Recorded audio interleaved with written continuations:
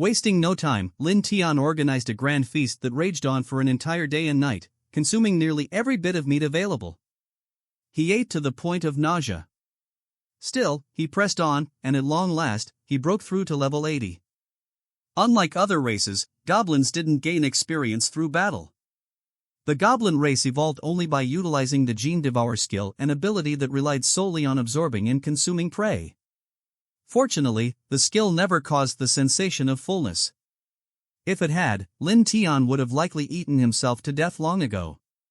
Back at the cavern, Lin Tian was immediately surrounded by the girls of his tribe. Seeing him return unharmed filled them with joy and hope. How did it go? Did you win? Boss, come on, tell us everything. What happened out there? Wait, do you feel that? He's definitely stronger now. The aura he radiated was overwhelming. Lin Tian couldn't hide the smug grin spreading across his face. He chuckled and declared, "When I take action, you already know how it ends." The Sword Saint? She's been tamed. Gasps echoed all around him. The crowd stood in stunned admiration. But none were more shaken than the Goblin Slayer girl. Eyes wide, she stared at Lin Tian. Impossible. You didn't just defeat her, did you? You completed mating with her? Lin Tian wore a regretful expression. Of course I did. But I didn't get to enjoy it for long. The church's people came and took her away too soon. Despite his words, Lin Tian's mind lingered on the intense, unforgettable experience he'd had with the Sword Saint. Suddenly, the Goblin Slayer girl threw herself at him, wrapping her arms around his body and rubbing her face affectionately against him. I knew it. You're the greatest. The most perfect. Come on, it's my turn now. Lin Tian sighed, raising his hands in protest. No, not today. I'm exhausted. Please have mercy, I've been through a lot. Moments later, his expression turned serious. It was time to discuss strategy. This victory bought us time. But we need to find a safer place. One where the humans won't retaliate. Surprised murmurs rippled through the group. Where will we go? Lin Tian smirked. To a place even the church fears to enter. The Great Tomb. The following day, Lin Tian assembled all the tribe's capable fighters. Each one was given a massive hand-woven sack from the elf tribe, so large, 2 people could fit inside comfortably. Glancing over his forces, Lin Tian thought to himself, now that the Great Tomb and the church have agreed to a non-aggression pact, there's no threat of invasion. This is the perfect chance to build a massive goblin empire. And to do that, we'll need tools for reproduction. Holding the map tightly, he took flight on a dragon's back.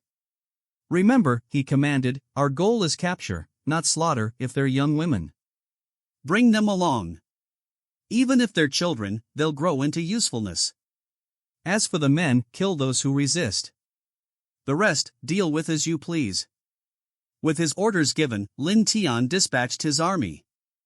The goblin horde moved like a devastating storm, overwhelming village after village. In just a few days, they had raided 10 villages and captured 250 women.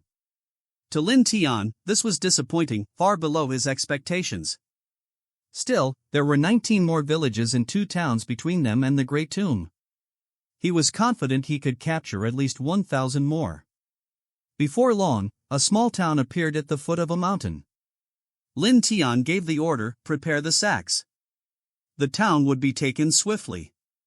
Inside Corsolaro, anxiety buzzed in the air. Rumors of goblin raids had reached them. Mayor Frank acted fast. He mobilized every soldier and adventurer in the town. Soon, the central square was packed with armed men and women. Some scoffed at the danger. Mayor, isn't this overkill? They're just goblins, right? Please. I've killed so many goblins, I could build a castle with their corpses. Laughter followed. Fear was nowhere to be seen. Then a man, injured and pale, likely a survivor, stepped forward. His warning was simple but chilling, these weren't normal goblins. They were enormous. Terrifying. A young man, level 50 and full of confidence, let out a dry chuckle. Large-type goblins? So what? Even if they're hero rank, I can handle them. His name was Ace, widely known as the strongest adventurer in town. Mayor Frank nodded in approval. Impressive. As expected of you, Ace. Scouts kept watch. Then, from the watchtower. They're here. Goblins incoming. A frenzy erupted. Soldiers and adventurers rushed to the gates. Ace leaned on his long sword, grinning arrogantly. Hey, let's make this interesting. Whoever kills the most goblins wins. Loser buys drinks for a month. Come on, man, someone said, none of us can keep up with you. Ace smirked. Guess I'll wipe them all out myself. Then the ground began to tremble. First softly. Then violently. Eyes turned toward the wheat fields.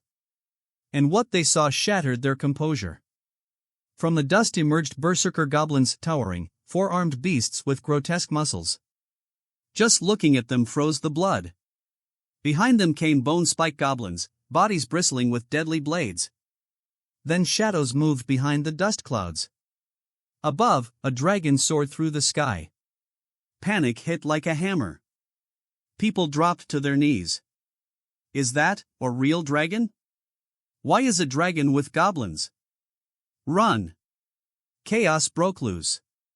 Even Ace turned white as a sheet. Wait! Wait for me, he screamed, fleeing in terror. High above, Lin Tian observed the town below. They prepared. Doesn't matter. He gave the order, attack. The people of Corsolaro scattered like ants. Resistance crumbled instantly. Some villagers tried to stand their ground, shouting as they fought. One man spotted Ace cowering under a table. You coward!